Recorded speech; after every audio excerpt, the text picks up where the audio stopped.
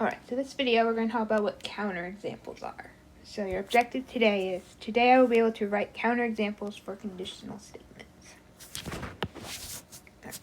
So a counterexample is used to prove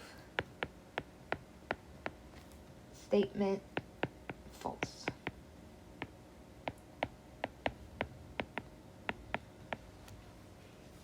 Right?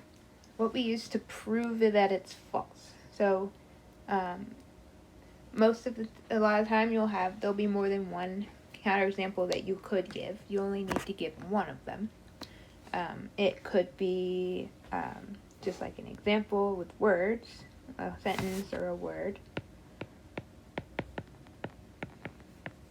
You could draw a picture to show that it's wrong.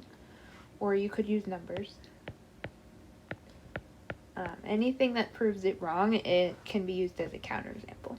It doesn't have to be a word or something like that. So that's what it is, counterexamples. How proving that it's false. Like if I say all houses are blue, and you say, well, my house is red, so you're wrong, then the red house would be the counterexample. Right? You're just proving that what is being said is false. So I'm going to look at some examples here. Move these so you can see the yellow one there. Okay, so the first one says that if it is the weekend, then it is Saturday. So when they're in if-then form, what you're looking for is something that's still true for the first part. So we need a day that's a weekend, but we want to prove that not all weekend days are Saturday, right? And to prove that, we could say Sunday. Sunday is a weekend, but not Saturday, right? So Sunday would prove that wrong, right? Or some people consider Friday to be the weekend. So you could even say Friday.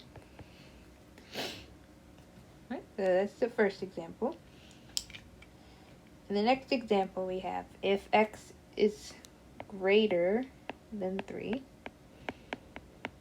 so number bigger than 3, so 4, 5, 6, 7, and so on, then x is also greater than 6. So if it's bigger than 3, is it always bigger than 6 also? No, 4 is bigger than 3, but it's not bigger than 6. So 4 and 5 would both be counterexamples. They are bigger than 3, but they're not bigger than 6. So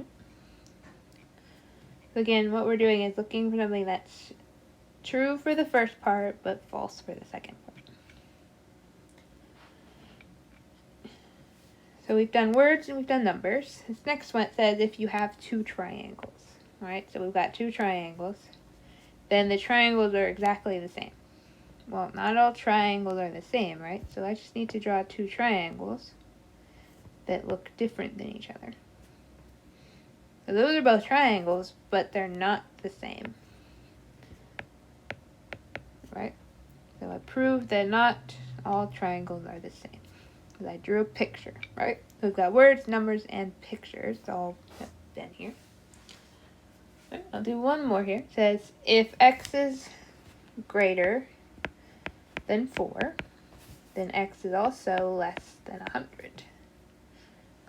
So it's saying that all numbers bigger than 4 have to be less than 100. Well, that's not true. 101 is bigger than 4.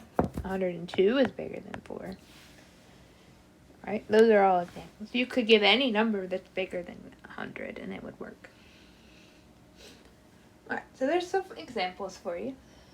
So what I'm going to do is, here's two more. I want you to pause the video and see if you can think of something for both of these.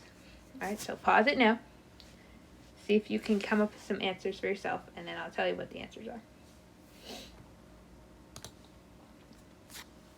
Okay, so the first one says that if you live in Texas, then you live in Houston. Well, that is obviously not true because none of us live in Houston, right?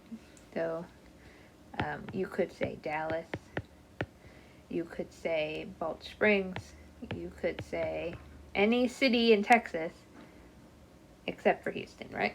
So any other city. Right?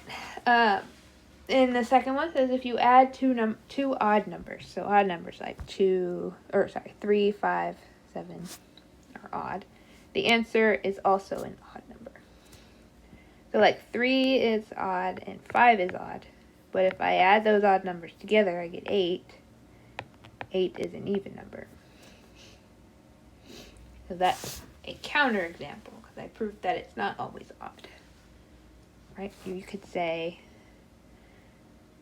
3 and 7 are 10. That's not even. That's an even number as well. So that's also an. There you go. So that is counterexamples.